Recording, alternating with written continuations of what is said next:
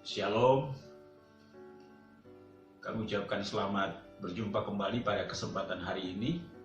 Kita bersyukur atas anugerah Tuhan yang masih memberikan kesempatan bagi kita untuk ada sebagaimana kita ada. Bersyukur bahwa kita dapat melaksanakan ibadah kita di rumah masing-masing. Kita sudah memuji, menyembah Tuhan, biarlah Tuhan ditinggikan, diagungkan. Dan kesempatan ini kita akan belajar firman Tuhan bersama-sama. Karena itu sebelum kita membaca dan merenungkan firman Tuhan pada hari ini, saya mengajak kita sekalian untuk tunduk kepala, kita berdoa, minta pimpinan Roh Tuhan agar menolong kita untuk menangkap, memahami, mengerti firman Tuhan ini, dan kita juga disanggupkan untuk melakukannya di dalam kehidupan kita sehari-hari. Mari kita berdoa. Ya Tuhan, kami bersyukur dan berterima kasih untuk kesempatan yang indah yang Tuhan anugerahkan bagi kami sampai dengan hari ini. Kami boleh beribadah walau di rumah kami masing-masing. Kami sudah memuji-muji nama-Mu. Kami sudah menyembah Engkau. Tuhan, terimalah pujian kami, penyembahan hari ini. Naik di hadapan-Mu menjadi kesukaan bagi Tuhan. Dan kini tiba saatnya kami akan belajar firman-Mu. Karena itu kami mohon Tuhan, Engkau bimbing kami, mampukan kami untuk menangkap, memahami, mengerti firman-Mu, serta kami juga dimampukan untuk melakukannya dalam kehidupan kami masing-masing. Tuhan, tolong hamba-Mu yang Tuhan asingkan pada hari ini untuk berbicara, sehingga melaluinya firman Tuhan ini dapat ditaburkan dengan baik. Terima kasih berbicara kepada kami. Kami siap untuk mendengar. Di dalam nama Yesus Tuhan dan Juru Selamat kami sudah berdoa kepada Bapa di surga. Haleluya. Amin. Bapak, Ibu, dan Saudara sekalian, firman Tuhan pada hari ini terambil di dalam kitab 2 Raja-Raja pasal 6 ayat 24 sampai dengan pasal 7 ayat yang ke-20. Namun karena bagian ini cukup panjang, saya hanya akan membacakan sebagian, yaitu dari 2 Raja-Raja pasal 6 ayat 24 sampai dengan pasal 7 ayat yang keempat. Demikianlah bunyinya. Sesudah itu Ben-Hadad, Raja Aram, menghimpunkan seluruh tentaranya, lalu maju mengepung Samaria. Maka terjadilah kelaparan hebat di Samaria selama mereka mengepungnya, sehingga sebuah kepala keledai berharga 80 sikal perak dan seperempat kap tai merpati berharga 5 sikal perak. Suatu kali ketika Raja Israel berjalan di atas tembok, datanglah seorang perempuan mengadukan halnya kepada Raja sambil berseru, "Tolonglah ya Tuanku Raja." Jawabnya, "Jika Tuhan tidak menolong engkau, dengan apakah aku dapat menolong engkau? Dengan hasil pengirikankah atau hasil pemerasan anggur?" Kemudian bertanyalah Raja kepadanya, "Ada apa?" Jawab perempuan itu, "Perempuan ini berkata kepadaku, 'Berilah anakmu laki-laki padaku. Berilah anakmu laki-laki supaya kita makan dia pada hari ini, dan besok akan kita makan anakku laki-laki.' Jadi kami memasak anakku dan memakan dia. Tetapi ketika aku berkata kepadanya pada hari berikutnya, 'Berilah anakmu supaya kita makan dia,' maka perempuan ini menyembunyikan anaknya. Tatkala Raja mendengar perkataan perempuan itu, dikoyakkannyalah pakaiannya, dan sedang ia berjalan di atas tembok, kelihatanlah kepada orang banyak bahwa ia memakai kain kabung pada kulit tubuhnya. Lalu berkatalah Raja, 'Beginilah kiranya Allah menghukum aku, bahkan lebih daripada itu, jika masih tinggal kepala Elisa bin Safat di atas tubuhnya pada hari ini.' Adapun Elisa duduk-duduk di rumahnya, dan para tua-tua duduk bersama-sama dia. Raja menyuruh seorang berjalan mendahulunya. Tetapi sebelum suruhan itu sampai kepada Elisa, Elisa sudah berkata kepada para tua-tua itu, 'Tahukah kamu bahwa si pembunuh itu menyuruh orang untuk memenggal kepalaku? Awas-awaslah, apabila suruhan itu datang, segeralah tutup pintu dan tahanlah dia supaya orang itu jangan masuk. Bukankah sudah kedengaran bunyi langkah tuannya di belakangnya?' Selagi berbicara dengan mereka, datanglah raja mendapatkan dia. Berkatalah raja kepadanya, Sesungguhnya malapetaka ini Allah daripada Tuhan. Mengapa aku berharap kepada Tuhan lagi? Lalu berkatalah Elisa, dengarlah firman Tuhan. Beginilah firman Tuhan, besok kira-kira waktu ini, sesukat tepung yang terbaik akan berharga sesikal, dan 2 sukat jelai akan berharga sesikal di pintu gerbang Samaria. Tetapi perwira yang menjadi ajudan raja menjawab di Allah, katanya, sekalipun Tuhan membuat tingkap-tingkap di langit, masakan hal itu mungkin terjadi? Jawab di Allah, sesungguhnya engkau akan melihatnya dan dengan matamu sendiri, tetapi tidak akan makan apa-apa daripadanya. 4 orang yang sakit kusta ada di depan pintu gerbang. Berkatalah yang seorang kepada yang lain, mengapa kita duduk-duduk di sini sampai mati?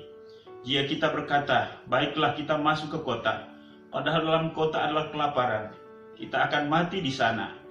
Dan jika kita tinggal di sini, kita akan mati juga. Jadi sekarang marilah kita menyeberang ke perkemahan tentara Aram. Jika mereka membiarkan kita hidup, kita akan hidup. Dan jika mereka mematikan kita, kita akan mati. Demikian jauh pembacaan firman Tuhan kita pada hari ini. Yang berbahagia adalah mereka yang merenungkannya dan melakukannya di dalam kehidupannya setiap hari.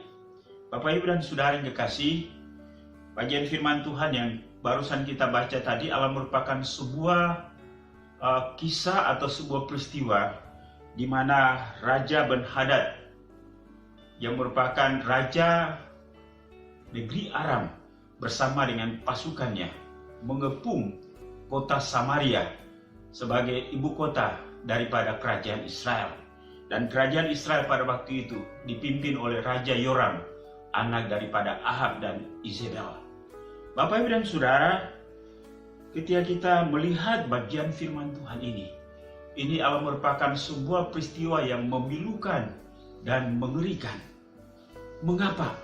Karena mereka dilanda oleh kelaparan yang begitu luar biasa akibat daripada kepungan daripada tentara Aram itu. Melalui firman Tuhan ini kita akan melihat beberapa sikap orang dalam keadaan situasi sulit tersebut. Sikap yang pertama diperlihatkan oleh Raja Yoram. Dan yang kedua adalah 2 orang ibu-ibu yang mewakili ibu-ibu yang ada di kota Samaria yang sementara dilanda oleh kelaparan. Yang ketiga adalah sikap daripada perwira daripada Raja Yoram. Dan yang keempat adalah 4 orang kusta. Mari kita melihat sikap yang pertama yang diperlihatkan oleh Raja Yoram. Nah, sebelum saya menyampaikan bagaimana sikap Raja Yoram dan juga beberapa kelompok orang yang saya sebut tadi, mari kita melihat tentang latar belakang. Ada pertanyaan mungkin, mengapa sampai orang Israel, kota Samaria, ya, dikepung sedemikian rupa sehingga mereka mengalami kelaparan yang amat sangat. Kita tahu bahwa Raja Yoram adalah anak daripada Raja Ahab dan Izebel. Izebel yang dikisahkan dalam pertama Raja-Raja, dan juga Raja Ahab adalah merupakan raja yang jahat yang membawa bangsa Israel untuk menolak kepemimpinan Tuhan. Mereka mengalihkan penyembahan mereka kepada para dewa Baal.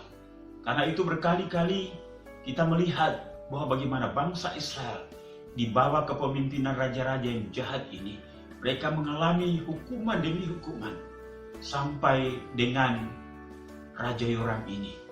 Nah, itulah sebabnya, inilah yang menjadi latar belakang mengapa sampai Tuhan mengizinkan musuh mereka, tentara Aram, mengepung mereka berhari-hari, berminggu-minggu, bahkan berbulan-bulan, sampai mereka kehabisan penyediaan pangan atau makanan, dan mereka dilanda oleh kelaparan yang hebat. Ketika situasi ini terjadi, bagaimana sikap Raja Yoram? Yang pertama, diawali dengan laporan daripada seorang ibu yang mengadukan persoalan mereka. Di dalam ayat yang ke-27, setelah Raja Yoram didatangi oleh ibu itu untuk meminta tolong, Raja Yoram berkata demikian, "Jika Tuhan tidak menolong engkau, dengan apakah aku dapat menolong engkau? Dengan hasil pengirikankah atau hasil pemerasan anggur?" Mengapa Yoram berkata demikian? Karena walaupun ia adalah seorang raja yang sebenarnya memiliki tanggung jawab yang besar di dalam persoalan ekonomi negeri atau ketersediaan pangan bagi masyarakatnya, dia sudah tidak lagi memiliki kemampuan apa-apa. Dia sudah menyerah. Karena itu dia mengungkapkan kalimat ini, "Jika Tuhan tidak menolong engkau, dengan apakah aku dapat menolong engkau? Dengan hasil pengirikan atau hasil pemerasan anggur?" Artinya ialah bahwa Yoram tidak dapat berbuat apa-apa. Yoram sudah menyerah. Namun hal yang luar biasanya, ketika dia bertanya kemudian bertanyalah raja kepadanya, "Ada apa?" Jawab perempuan itu, "Perempuan ini berkata kepadaku, berilah anakmu laki-laki supaya kita makan, dan pada hari ini dan besok akan kita makan anakku laki-laki." Bapak, Ibu, dan Saudara yang dikasihi dalam Yesus Kristus, kondisi seperti ini adalah merupakan kondisi yang sangat luar biasa, mengguncang hati, mengguncang kemanusiaan dalam peristiwa ini. Memang peristiwa ini bukan baru kali ini terjadi. Kadang peristiwa-peristiwa seperti ini bisa terjadi. Tapi kita akan melihat kemudian nanti. Kita akan melihat terus bagaimana sikap Raja Yoram. Ketika Raja Yoram mendengarkan hal seperti ini, maka justru dia tidak bertanya kepada Tuhan. Dia mempersalahkan nabi yang pada waktu itu melayani di Israel, yaitu Nabi Elisa.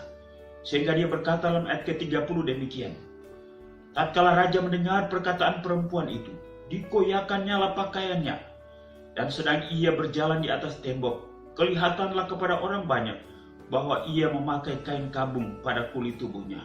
Ayat yang ke-31, "Lalu berkatalah raja, beginilah kiranya Allah menghukum aku, bahkan lebih daripada itu, jika masih tinggal kepala Elisa bin Safat di atas tubuhnya pada hari ini." Bapak, Ibu, dan Saudara, Raja Yoram justru menyalahkan Elisa sebagai Nabi Allah pada waktu itu. Kita melihat bahwa sebelum peristiwa ini, di dalam pasal-pasal sebelumnya, Nabi Elisa memberikan nasihat, memberikan masukan kepada Raja Yoram supaya tetap setia kepada Allah apapun yang terjadi. Tetapi rupanya dengan kondisi seperti ini, Raja Yoram putus harap, putus asa, sehingga dia berpikir bahwa situasi ini terjadi karena Tuhan yang membiarkan mereka, Tuhan yang merancangkan kecelakaan kepada mereka.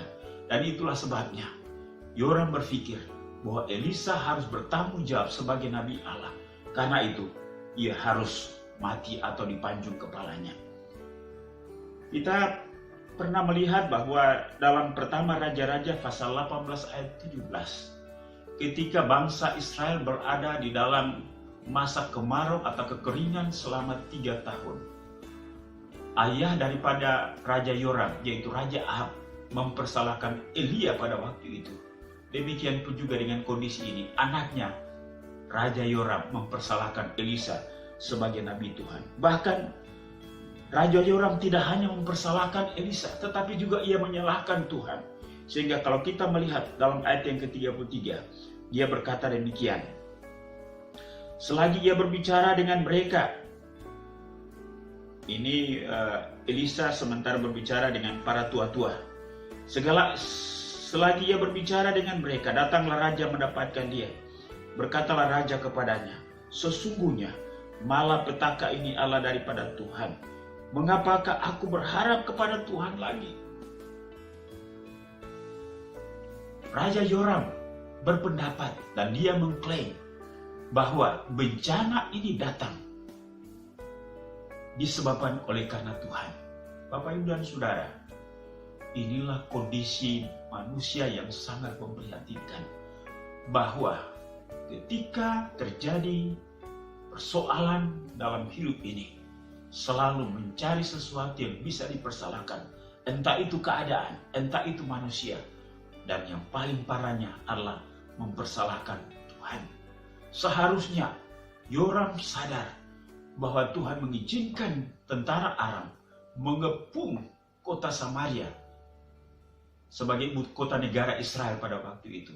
Itu adalah karena kesalahan raja, itu ada karena kesalahan masyarakat yang telah meninggalkan Allah yang sejati, Allah Abraham, Ishak, dan Yakub yang telah menyelamatkan mereka. Namun Raja Yoram tidak berpendapat seperti itu. Dia terus mempersalahkan Elisa sebagai nabi Tuhan, dan apatah lagi ia mempersalahkan Tuhan. Bapak, Ibu, dan Saudara yang kekasih dalam Yesus Kristus, berhati-hatilah. Jangan pernah mempersalahkan orang lain, apatah lagi mempersalahkan hamba-hamba Tuhan ketika kita dalam situasi sulit, apalagi lebih parah lagi mempersalahkan Tuhan. Inilah yang menjadi sikap daripada Raja Yoram. Sangat menyedihkan. Mari kita melihat sikap yang kedua ketika situasi krisis politik, krisis ekonomi yang melanda negeri Samaria. Kita melihat sikap ibu-ibu. Bapak, Ibu, dan Saudara yang kekasih, dari laporan daripada salah seorang ibu ini, bahwa saking tidak adanya makanan, ya, maka mereka memotong, memasak, dan memakan anak-anak mereka. Sekali lagi, bahwa inilah peristiwa yang sangat menyedihkan dalam sejarah peradaban manusia, di mana manusia memakan manusia, atau yang disebut dengan kanibal. Sesuatu hal yang tidak masuk akal. Apatah lagi seorang ibu yang memakan anaknya sendiri. Sesuatu hal yang kita tidak bisa memikirkannya. Mengapa? Kalau memakan orang lain mungkin, tapi ini anak kandung sendiri. Bagaimana bisa? Tetapi itulah yang terjadi. Kita juga melihat dalam catatan, dalam Ratapan pasal 4 ayat 10, di situ juga ada peristiwa di mana ibu-ibu yang memasak dan memakan anaknya. Bahkan juga dalam Yehezkiel 5 ayat 10. Bapak, Ibu, dan Saudara yang dikasih dalam Yesus Kristus, menurut para pencatat sejarah, bahwa hal yang lumrah ketika tidak ada makanan lagi, dalam sebuah kelaparan yang besar, orang memakan kotorannya, tetapi untuk memakan anaknya adalah merupakan satu peristiwa yang lain, yang sangat-sangat menyedihkan, memilukan di dalam kehidupan ini. Tapi itulah yang terjadi. Apa yang terjadi dengan ibu-ibu tadi? Mereka dapat salah seorang ibu yang merasa diperlakukan dengan tidak adil, bahwa dia telah rela memotong anaknya dan memakannya bersama dengan salah seorang ibu yang meminta anak mereka. Artinya mereka bergilir bahwa nanti besok hari mereka akan memotong anak ibu yang satu tadi. Tetapi rupanya tidak demikian. Ibu yang satunya menyembunyikan anaknya. Karena itu, salah seorang ibu ini datang kepada raja untuk meminta keadilan. Dan inilah yang terjadi. Bapak, Ibu, dan Saudara yang kekasih dalam Yesus Kristus. Dalam situasi sulit, dalam situasi kelaparan yang dahsyat, orang bisa melakukan apa saja. Orang yang tidak berpikir jernih, orang tidak lagi mampu untuk berpikir benar, apalagi berpikir tentang kehidupan, berpikir tentang kebaikan, berpikir tentang kebenaran. Karena itu mari kita merenung dan berhati-hati. Sehingga walaupun dalam situasi sulit, kita tidak berpikir dan tidak melakukan tindakan yang tidak benar. Tapi Tuhan akan menolong kita supaya kita tetap teguh dalam situasi apapun. Tetapi kedua orang ibu ini melakukan sebuah tindakan yang sangat luar biasa, yaitu bahwa mereka memakan anak-anak mereka. Kita mulai merasakan situasi sulit di mana virus corona ini berdampak juga pada ekonomi, sehingga kita melihat banyak orang yang sudah mulai terdampak, mengalami kelaparan, bahkan ada orang yang bunuh diri, membunuh keluarganya karena tidak sanggup melihat mereka tidak memperoleh makanan. Saudara-saudara, inilah situasi yang sangat memprihatinkan. Kita melihat sikap yang ketiga yang diperlihatkan oleh seorang tentara atau perwira daripada Yoram ini, bahwa ketika Nabi Elisa berkata, dengarlah firman Tuhan, beginilah firman Tuhan, besok kira-kira waktu ini sesukat tepung yang terbaik akan berharga sesikal, dan 2 sukat jelai akan berharga sesikal di pintu gerbang Samaria. Bapak Ibu dan Saudara, 1 sikal ini ya nilainya kurang lebih 4.000 rupiah. Dan pada saat itu ini adalah merupakan nilai atau harga yang paling murah yang pernah terjadi dalam sepanjang sejarah bangsa Israel pada waktu itu. Karena kalau kita melihat pada ayat sebelum, di dalam pasal 6 ayat yang ke-25 berkata demikian, maka terjadilah kelaparan di Samaria selama mereka mengepungnya, sehingga sebuah kepala keledai berharga 80 sikal perak dan 1/4 kap taib merpati berharga 5 sikap perak. Nah Bapak Ibu, begitu mahalnya kepala kerbau, begitu mahalnya ya kepala keledai itu. Sebenarnya binatang keledai adalah merupakan binatang haram yang tidak boleh dimakan oleh orang Israel. Tapi karena dalam keadaan lapar, ya, kepala kerbau saja berharga 80 sikal, begitu mahalnya. Ya, apalagi ya daging bagian tubuh dan bagian paha pasti lebih mahal lagi. Kepalanya saja 80 sikal, dan kaptai merpati berharga 5 sikap perak. Memang kaptai ini menurut para penafsir, ada beberapa penafsir, bisa jadi kaptai merpati benaran, tetapi juga menurut penafsir yang lain bahwa ini adalah merupakan sejenis tumbuh-tumbuhan atau biji-bijian yang dimakan pada saat itu. Namun kita melihat begitu mahal harganya. Tetapi menurut Elisa, Nabi Elisa, bahwa hari esok pasti semua harga-harga makanan akan murah, dan harga sesikal ini adalah merupakan harga yang paling murah dalam sepanjang sejarah pada waktu itu. Dan itulah yang akan terjadi. Namun bagaimana sikap perwira Raja Yoram tadi ketika dia mendengarkan pernyataan Elisa? Dia katakan demikian dalam ayat yang kedua pasal 7. Tetapi perwira yang menjadi ajudan raja menjawab abdi Allah, katanya, sekalipun Tuhan membuat tingkap-tingkap di langit, masakan hal itu mungkin terjadi? Nah Bapak Ibu dan Saudara, mengapa perwira Raja Yoram ini berkata demikian? Karena dia melihat kemustahilan, ya. Tidak mungkin. Beginilah kadang-kadang orang yang mengalami situasi sulit, ya, tidak percaya adanya kemungkinan-kemungkinan baik, tidak adanya kepercayaan lagi terhadap campur tangan Tuhan dalam situasi sulit. Yang dilihat adalah ketidakmungkinan. Karena itu apa yang disampaikan oleh Raja, yang disampaikan oleh Nabi Elisa, wah besok kira-kira waktu ini sesukat tepung yang terbaik akan berharga sesikal, dan 2 sukat jelai akan berharga sesikal di pintu gerbang Samaria. Bapak Ibu dan Saudara, kesimpulannya ialah bahwa perwira ini tidak percaya firman Tuhan, tidak percaya apa yang disampaikan oleh Nabi Elisa. Sekali lagi, inilah pengalaman orang yang melihat kesulitan teramat besar dalam hidupnya, sehingga tidak lagi melihat jalan keluar atau solusi. Firman Tuhan yang disampaikan kepadanya tidak lagi dipercayainya. Mari kita melihat kelompok orang yang keempat, yaitu mereka yang berpenyakit kusta.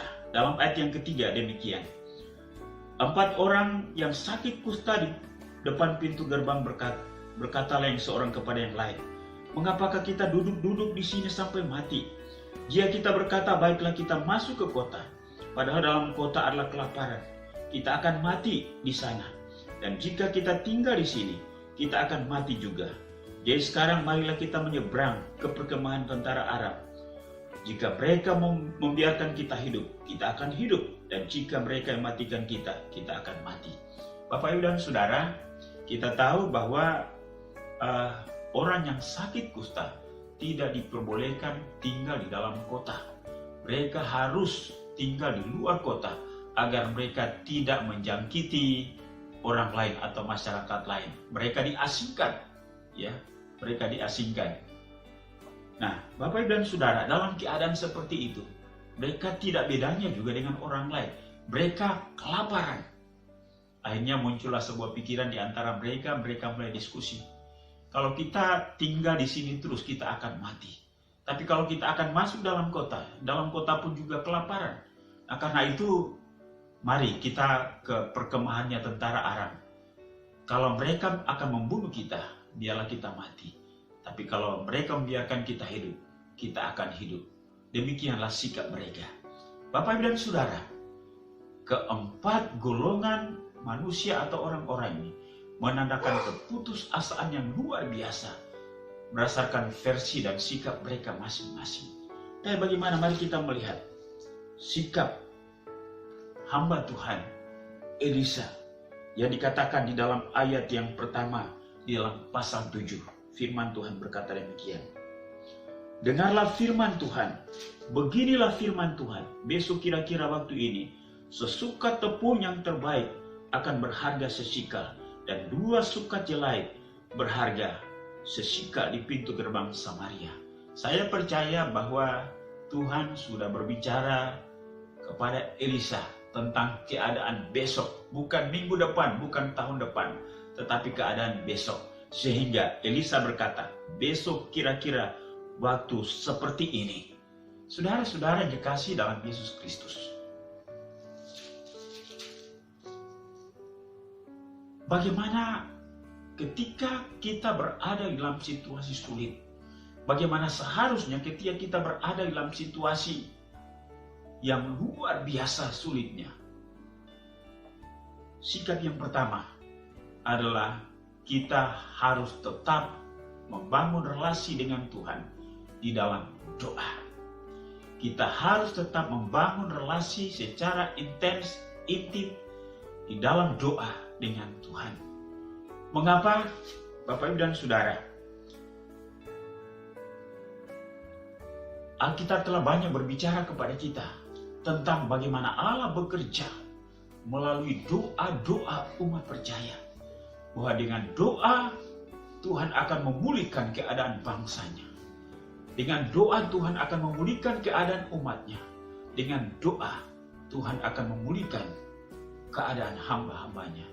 Dengan doa kita akan dikuatkan sehingga kita bisa melewati situasi-situasi sulit. Sekali lagi, memang bagi kita manusia ketika kita beralam situasi sulit, secepatnya Tuhan menolong kita melewati situasi sulit itu. Tetapi Tuhan punya waktu tersendiri dengan kita dalam hal menolong kita. Cepat, sedang, atau lambat menurut manusia, tapi Tuhan selalu bertindak tepat pada waktunya. Karena itu, kita sekali lagi masih berada dalam situasi sulit. Semua orang di seluruh dunia, Indonesia, bahkan kita masih belum tahu masih berapa lama lagi kita menghadapi virus corona ini. Tetapi dalam situasi ini, mari kita tidak seperti 4 golongan manusia tadi. Tetapi mari kita terus berdoa supaya Tuhan meneguhkan dan menguatkan. Bahkan Tuhan menolong kita tepat pada waktunya, sehingga kita bisa melewati situasi sulit ini. Yang kedua, tetap percaya kepada Tuhan. Tetap percaya kepada firman Tuhan. Tetap percaya kepada janji Tuhan. Bapak, Ibu, dan Saudara yang dikasihi dalam Yesus Kristus, ketika Nabi Elisa menyampaikan bahwa besok kira-kira waktu ini sesukat tepung yang terbaik akan berharga sesikal dan 2 sukat jelai akan berharga sesikal di pintu gerbang Samaria. Dia tidak mengatakan ini oleh karena kalkulasi situasi atau kalkulasi ekonomi, tetapi ini adalah pernyataan yang didapatkannya daripada Tuhan. Artinya ialah bahwa sekalipun situasi sulit, tidak ada tanda-tanda ada solusi atau ada jalan keluar terhadap masalah yang dihadapi oleh bangsa Israel, tetapi Tuhan mampu membalikkan situasi itu segampang membalikan tangan. Itu bagi Tuhan, itu bukan bagi manusia. Karena itu betapa pentingnya kita sungguh-sungguh tetap percaya kepada Tuhan. Apa yang Tuhan katakan, apa yang firman Tuhan katakan adalah ya dan amin. Bagi Tuhan tidak ada perkara yang mustahil. Bagi manusia banyak mustahil, tapi bagi Tuhan tidak ada perkara yang mustahil. Karena itu betapa pentingnya kita mempercayai firman Allah. Sekali lagi, ketika Elisa menyampaikan besok kira-kira waktu ini sesukat tepung yang terbaik akan berharga sesikal dan 2 sikat jelai akan berharga sesikal di pintu gerbang Samaria, dia tidak melihat kondisi real bahwa akan ada tanda-tanda kebaikan, akan tanda-tanda pemulihan. Dia belum melihat itu. Tapi saya percaya bahwa dia mendapatkan informasi. Dia percaya kepada Tuhan bahwa Tuhan akan melakukan mujizat. Mujizat apa yang terjadi? Nah, Bapak Ibu dan Saudara, mari kita melihat kelanjutan. Bagaimana tindakan daripada keempat penyakit kusta tadi, orang yang mengalami penyakit kusta. Dilanjutkan dalam ayat yang kelima demikian. Setelah mereka berkata, mari kita menyeberang ke perkemahan tentara Aram. Kalau mereka membiarkan kita mati, membiarkan kita hidup, kita akan hidup. Tapi kalau mereka membunuh kita, kita akan mati. Ayat kelima berkata demikian. Lalu pada waktu senja, bangkitlah mereka masuk ke tempat perkemahan orang Aram. Tetapi ketika mereka sampai di pinggir tempat perkemahan orang Aram itu, tampaklah tidak ada orang di sana. Sebab Tuhan telah membuat tentara Aram itu mendengar bunyi kereta, bunyi kuda, bunyi tentara yang besar. Sehingga berkatalah yang seorang kepada yang lain, sesungguhnya Raja Israel telah mengupah raja-raja orang Het dan raja-raja orang Misraim melawan kita, supaya mereka menyerang kita. Karena itu bangkitlah mereka melarikan diri pada waktu senja dengan meninggalkan kemah dan kuda dan keledai mereka serta tempat perkemahan itu. Dengan begitu saja mereka melarikan diri menyelamatkan nyawanya. Ketika orang-orang yang sakit kusta itu sampai ke pinggir tempat perkemahan, masuklah mereka ke dalam sebuah kemah, lalu makan dan minum. Sesudah itu mereka mengangkut dari sana emas dan perak dan pakaian, kemudian pergilah mereka menyembunyikannya. Lalu datanglah mereka kembali masuk ke dalam kemah yang lain dan mengangkut juga barang-barang dari sana. Kemudian pergilah mereka menyembunyikannya. Lalu berkatalah yang seorang kepada yang lain, tidak patut yang kita lakukan ini. Hari ini ialah hari kabar baik, tetapi kita ini tinggal diam saja. Apabila kita menanti sampai terang pagi, maka hukuman akan menimpa kita. Jadi sekarang marilah kita pergi menghadap untuk memberitahukan hal itu ke istana raja. Mereka pergi lalu berseru kepada penunggu pintu gerbang kota dan menceritakan kepada orang-orang itu, katanya, kami sudah masuk ke tempat perkemahan orang Aram dan ternyata tidak ada orang di sana dan tidak ada suara manusia kedengaran. Hanya ada kuda dan keledai tertambat dan kemah-kemah ditinggalkan dengan begitu saja. Para penunggu pintu gerbang menyerukan dan memberitahukan hal itu ke istana raja. Sekalipun masih malam, raja bangun juga lalu berkata kepada para pegawainya, baiklah, kuterangkan kepadamu apa maksud orang Aram itu terhadap kita. Mereka tahu bahwa kita ini menderita kelaparan. Sebab itu mereka keluar dari tempat perkemahan untuk menyembunyikan diri di padang, sambil berpikir apabila orang Israel keluar dari dalam kota, kita akan menangkap mereka hidup-hidup dan kemudian masuk ke dalam kota. Lalu salah seorang pegawai menjawab, baiklah, kita ambil 5 ekor dari kuda yang masih tinggal di dalam kota ini. Tentulah keadaannya seperti seluruh halayak ramai Israel yang sudah habis mati itu. Biarlah kita suruh saja orang pergi supaya kita lihat. Sesudah itu mereka mengambil 2 kereta kuda. Kemudian raja menyuruh mereka menyusul tentara Aram sambil berkata, "Pergilah, lihatnya." Lalu pergilah mereka menyusul orang-orang itu sampai ke sungai Yordan. Dan tampaklah seluruh jalan itu penuh dengan pakaian dan perkakas yang dilemparkan oleh orang Aram. Pada waktu mereka lari terburu-buru. Kemudian pulanglah suruhan-suruhan itu dan menceritakan hal itu kepada raja. Maka keluarlah penduduk kota itu menjara tempat perkemahan orang Aram. Karena itu sesukat tepung yang terbaik berharga sesikal dan 2 sukat jelai berharga sesikal sesuai dengan firman Tuhan. Adapun raja telah menempatkan perwira yang menjadi ajudannya itu mengawasi pintu gerbang, tetapi rakyat menginjak-injak dia di pintu gerbang. Lalu ia mati sesuai dengan perkataan abdi Allah yang mengatakannya pada waktu raja datang mendapatkan dia. Dan terjadilah juga seperti yang dikatakan abdi Allah itu kepada raja. 2 sukat jelai akan berharga sesikal dan sesukat tepung yang terbaik akan berharga sesikal.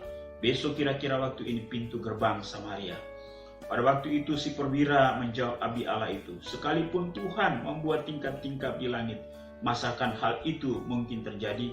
Tetapi Elisa berkata, "Sesungguhnya engkau akan melihatnya dengan matamu sendiri, tetapi tidak akan makan apa-apa daripadanya." Demikianlah terjadi kepada orang itu.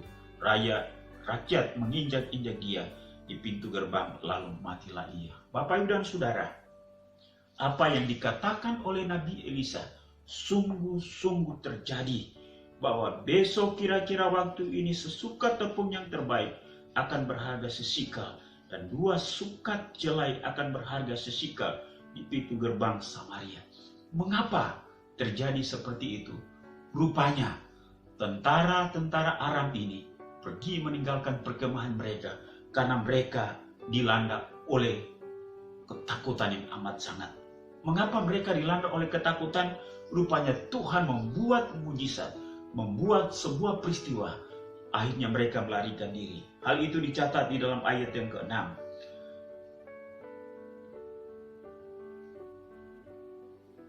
Sebab Tuhan telah membuat tentara Aram itu mendengar bunyi kereta, bunyi kuda, bunyi tentara yang besar, sehingga berkatalah yang seorang kepada yang lain, "Sesungguhnya Raja Israel telah mengupah raja-raja orang Het dan raja-raja orang Misri yang melawan kita, supaya mereka menyerang kita." Tuhan membuat bunyi-bunyian yang didengar oleh tentara Aram itu seperti bunyi kereta, bunyi kuda, bunyi tentara besar, dan akibatnya mereka melarikan diri.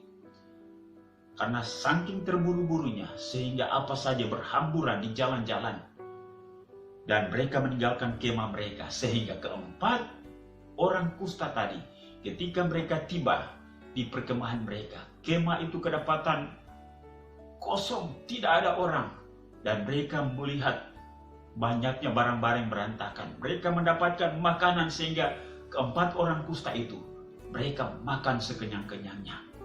Dan mereka menyembunyikan beberapa barang berharga, emas. Tetapi akhirnya mereka sadar bahwa sikap mereka tidak baik, dan pada akhirnya mereka memberikan informasi itu ke kota di malam hari.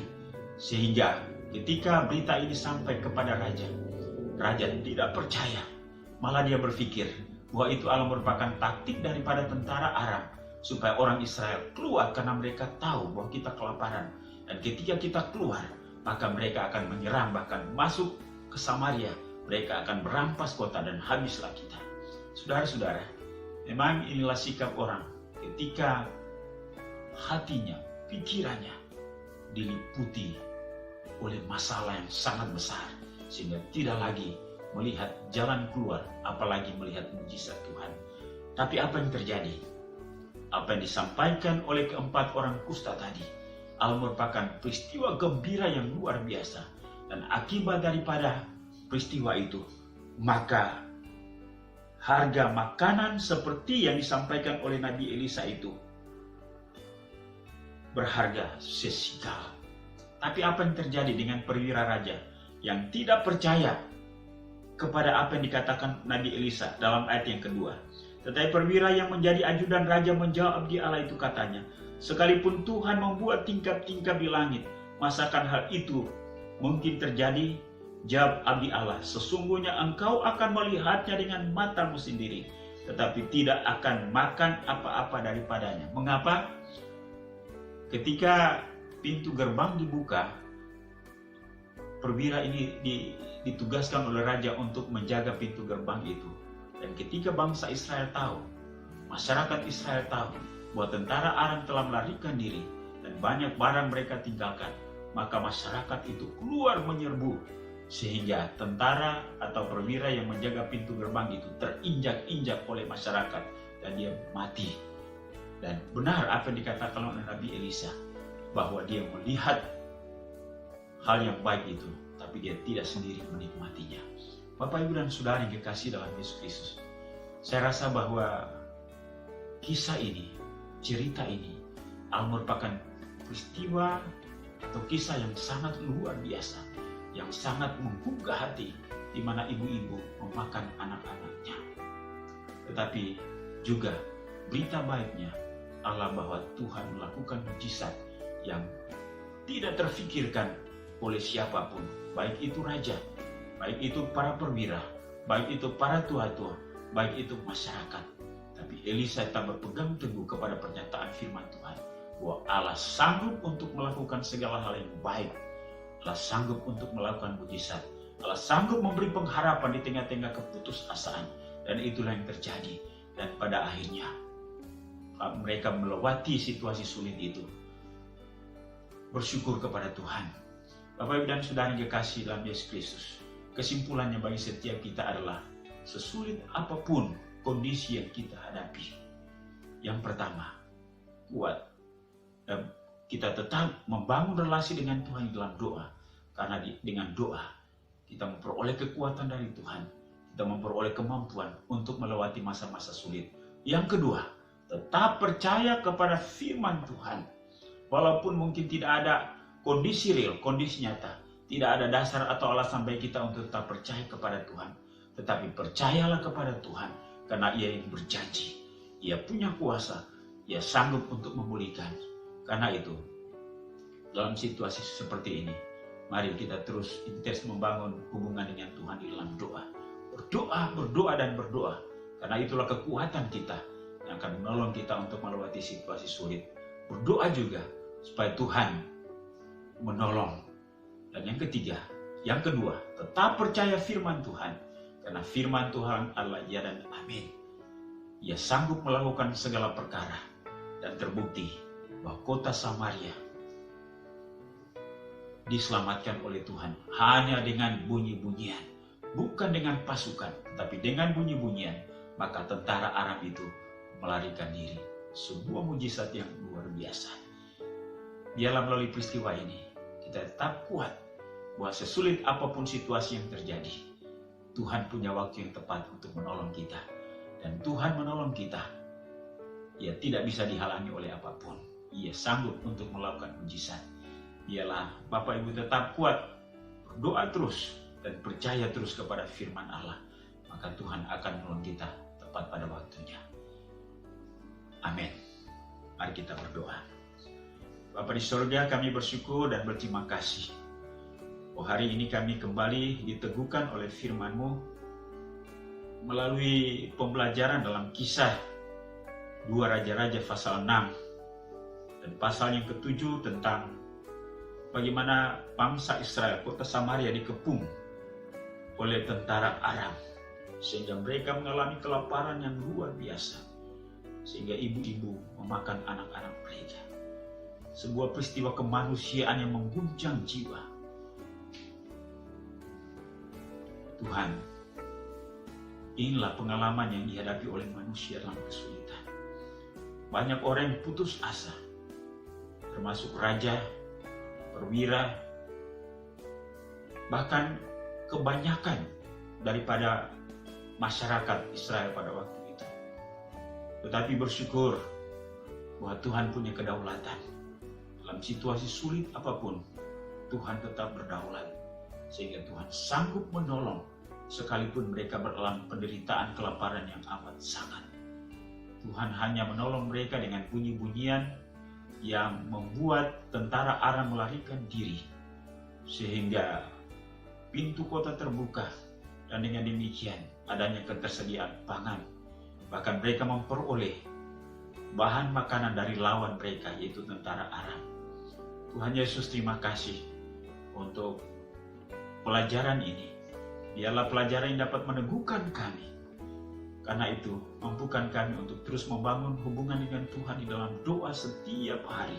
Setiap ada waktu kesempatan, kami memberi waktu kepada Tuhan untuk terus membangun mesbah, membangun hubungan dalam doa.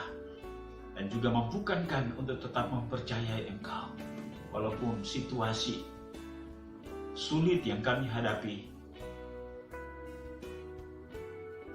dalam kondisi yang mungkin kami tidak bisa percaya, tapi kami percaya kepada janji firman-Mu. Janji firman-Mu adalah ya dan amin. Engkau penguasa, Engkau yang sanggup untuk melakukan mujizat. Berkati seluruh jemaat Marturia, mampukan mereka untuk terus kuat di dalam Tuhan sampai melewati situasi sulit ini. Bahkan kesulitan-kesulitan apapun yang kami hadapi, kami tidak harus putus asa, tapi kami tetap harus kuat dan tetap mempercayai janji firman-Mu. Kami mau berdoa Tuhan untuk bapak-bapak, ibu-ibu, pemuda, remaja sampai kepada anak-anak. Teguhkan iman mereka semua, dan mereka tetap bertekun dengan Tuhan. Kami berdoa, kami mengucap syukur untuk semua pertolongan Tuhan, baik dalam kehidupan berumah tangga, hubungan suami istri, anak orang tua, dan ekonomi kami. Demikian pun juga kami bersyukur untuk anak-anak kami yang Tuhan sudah tolong sehingga mereka boleh menyelesaikan studi mereka. Mereka telah mendengarkan hasil kelulusan mereka. Terima kasih Tuhan, dan berkati mereka untuk kelanjutan pendidikan selanjutnya. Dan mau berdoa juga Tuhan untuk jemaat-Mu yang mengalami gangguan kesehatan, kelemahan tubuh. Kamu biarlah Tuhan Engkau jamah mereka, sembuhkan mereka. Kami terus teringat untuk hamba-Mu Pak Chandra, Pak Iwau di Kalimantan Timur. Demikian pun juga Ibu Juwita, adiknya Pak Dharma Gunawan, bahkan Bapak Ibu yang lain yang sakit. Kami mohon penghiburan dan kekuatan iman, sehingga mereka boleh melewati situasi sulit. Mampukan mereka untuk percaya kepada janji firman-Mu. Bapa di sorga, kami mau berdoa juga ya Tuhan, untuk situasi dunia, situasi Indonesia yang tetap bergumul dengan serangan wabah corona ini. Tuhan teguhkan dan mampukan kami untuk melihat bahwa Tuhan berbicara lewat situasi untuk menegur manusia, untuk menegur bangsa-bangsa, untuk menegur umat-Mu agar kembali kepada Tuhan. Kami berdoa untuk pemerintah bangsa dan negara kami. Tuhan Yesus, Engkau memberkati presiden, wakil presiden, para menteri, semua jajaran pemerintahan dari pusat sampai ke daerah-daerah. Demikian pun juga semua lembaga tinggi negara, TNI, Polri, mampukan untuk bahu-membahu menghadapi situasi ini. Demikian pun juga para dokter, juru rawat, para relawan, Tuhan Yesus tolong mereka. Bahkan para keluarga yang ditinggalkan oleh anggota keluarga karena korban virus corona, teguhkan, mampukan mereka untuk melihat apa yang menjadi rencana Tuhan dalam peristiwa yang seperti ini. Terima kasih Bapa di sorga. Kami mengucap syukur juga untuk persembahan umat-Mu hari ini. Karena itu terimalah sebagai wujud ucapan terima kasih kami kepada-Mu. Pengakuan kami akan kedaulatan-Mu atas ekonomi kami. Tuhan, Engkau balas sesuai dengan janji firman-Mu. Terpujilah nama-Mu ya Bapa dari kekal sampai kekal. Inilah kami, inilah doa kami. Kami akan mengusaikan ibadah kami. Karena itu kami mohon kepada-Mu kasih karunia daripada Allah Bapa, anugerah dan damai sejahtera dalam nama Tuhan Yesus, serta pimpinan, penghiburan, pertolongan Roh Kudus menyertai kami sekalian hari ini, bahkan sampai Maranatha, Yesus datang untuk menyebut salin-salinnya. Haleluya. Semua yang percaya katakan amin. Haleluya. Terima kasih. Tuhan memberkati kita sampai kita berjumpa kembali pada kesempatan-kesempatan mendatang. Shalom.